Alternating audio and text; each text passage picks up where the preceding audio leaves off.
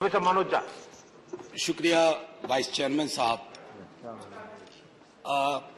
कोई भाषण की शक्ल में नहीं है, एक शोक संतप्त गणतंत्र के एक अदना नागरिक समझिए या एक जनप्रतिनिधि समझिए, उसकी ओर से कुछ बातें कही जा रही हैं। और सबसे पहले माफीनामा उन तमाम लोगों को जिनकी मौत को भी हम एक्नॉलेज नहीं कर रहे हैं, जो हम जान ही रहे हैं कि वो मारे गए। तो ये माफीनामा सर सिर्फ मेरा नहीं है। मैं इसलिए ये बात कह रहा हूं कि मई के महीने में मैंने 6 आर्टिकल लिखे। संसद चल नहीं रही थी, कहां अपनी शिकायत ले जाते, किससे कहते। मुझे भाजपा के मित्रों ने, कई साथियों ने कॉल किया, बधाई दी। मैं उनका भी एहतराम करता हूं और कहता हूं कि ये भरोसा इस सदन का है कि हम सबको एक साझा माफीनामा उन लोगों के नाम भेजना चाहिए जिनकी लाशें गंगा में तैर रही थी। किसी ने कह दिया ये, किसी ने कह दिया वो। सर दूसरी चीज, मैंने कल सेक्रेटरी जनरल साहब से बात करने की कोशिश की, बाकी जगह भी। किसी 2 सत्र के बीच में सर 50 लोगों की ऑबिचुअरी आज तक कभी नहीं हुई संसदीय इतिहास में। राजीव सातव की उम्र थी जाने की इस दुनिया से। रघुनाथ महापात्रा जब मिलते थे गले लगाते थे, बोलते थे जय जगन्नाथ।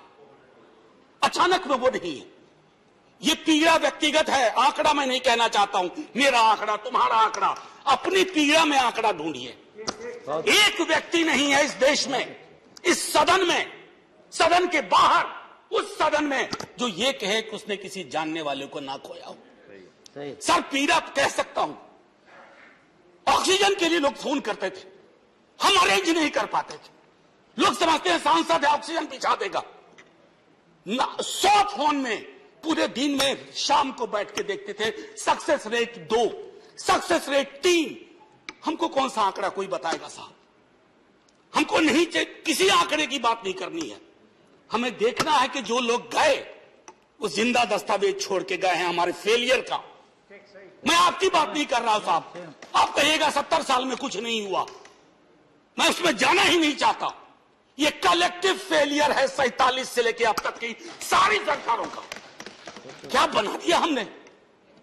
मुझे पता नहीं था कि अस्पताल और ऑक्सीजन का क्या रिश्ता होता है सर।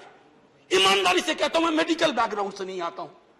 सुबह से लोगों को दिखता था ऑक्सीजन ऑक्सीजन, रेमडेसिविर। मैं तो दवाइयों के नाम तक शुरू में सर प्रोनाउंसिएशन चेक किए कि कैसे उच्चारण करूंगा। ये हालत है।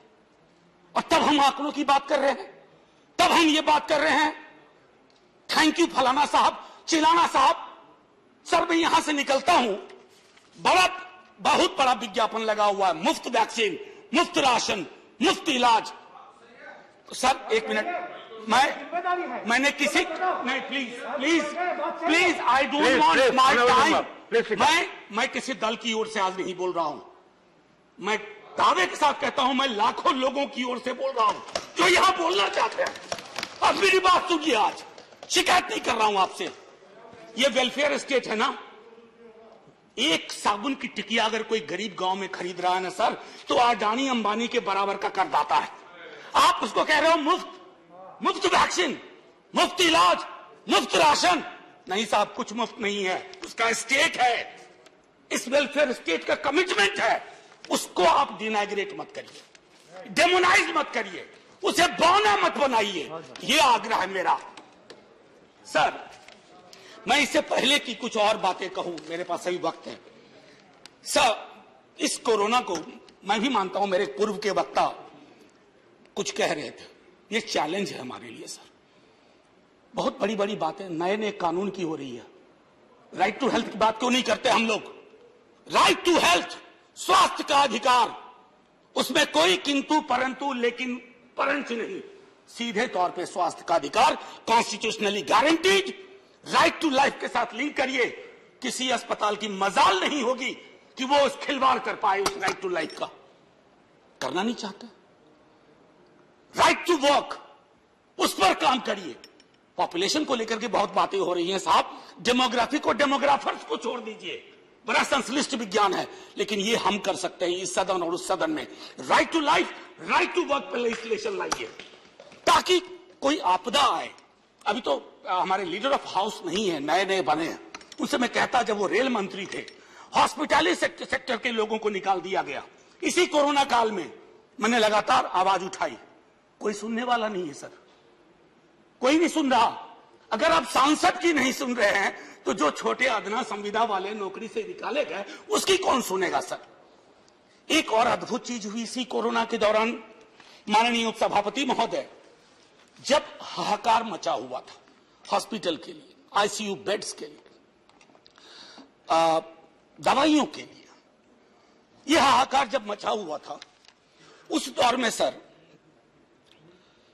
कई चीजें हुई, जिसमें से एक जो महत्वपूर्ण चीज मैं जिसका जिक्र करूंगा, उस हाहाकार में सरकारें, मैं सिर्फ केंद्र को नहीं कह रहा हूं, कई राज्य सरकारें भी नदारद थी। वो 1.5 महीना कैसे बिताया है इस मुल्क ने। हमारे सदन के कोई लोग बड़ी मुश्किल से बच के आए हैं, मैं नाम नहीं लूंगा। पूरे देश ने वो वक्त कैसे बिताया है, नाइटमेयर की तरह लगता है सर, डरावना लगता है। एक मेरा स्टूडेंट पढ़ा है, वह 37 साल का, हॉस्पिटल का बेड जब तक मैंने अरेंज किया वो दुनिया छोड़ के जा चुका था। मैं इसलिए बार बार इसको इसलिए ये कह रहा हूं कि इसमें व्यक्तिगत पीड़ा को ढूंढिए, तब हम इसका निदान ढूंढ पाएंगे। मेरी नाव तुम्हारी नाव, मेरा काल तुम्हारा काल, ये तो बहुत कुछ हुआ, इस भौकाल से आपको कुछ हासिल नहीं होगा। सर बस 1 मिनट और लूंगा, जो मैं कहना चाह रहा था। सर एक खत मैंने मृतात्माओं के नाम लिखा था, कुछ कर नहीं पा रहा था, बेबसी में एक खत लिखा, जो लोग इस दुनिया से चले गए। उसमें कुछ मैंने सलाह दी थी सर सरकार से, और ये जो उस बीच में कहा गया कि सरकारें फेल नहीं की, सिस्टम फेल कर गया। अरे साहब, ये सिस्टम क्या है?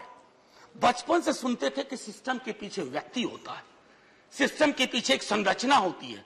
अगर वो सिस्टम फेल किया है, चाहे दिल्ली में या किसी गांव की गलियों में, तो वहां की सरकारें फेल की। सिस्टम का नाम इसे मत दीजिए, क्योंकि यही वो सिस्टम बनाते हैं। धन्यवाद। और आप बस आखिरी टिप्पणी करने दीजिए। प्रोफेसर धन्यवाद, आपको ज्यादा टाइम दे चुका हूं मैंने। सर बस 10 सेकंड लूंगा।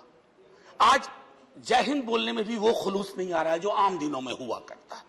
मैं सिर्फ इतना आपसे आपके माध्यम से कहना चाहता हूं, मैंने एक शिकायत नहीं की सर, किसी से नहीं। किससे शिकायत करेंगे? आहत हूं, जगाना चाहता हूं स्वयं को भी, आपको भी, क्योंकि अगर गंगा में तैरती लाशें, सर जिंदगी में डिग्निटी चाहिए, मौत में उससे बड़ी डिग्निटी चाहिए।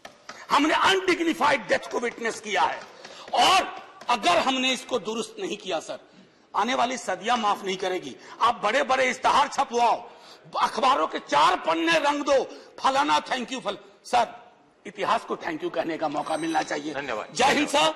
अगर मेरी बात से फिर भी किसी को कष्ट पहुंचाओ, मैं उन्हीं लाखों लोगों की धन्यवाद डेड बॉडी के बिहाफ पे आपसे माफी मांगता हूं। जय हिंद। धन्यवाद। Next speaker is Sanjay.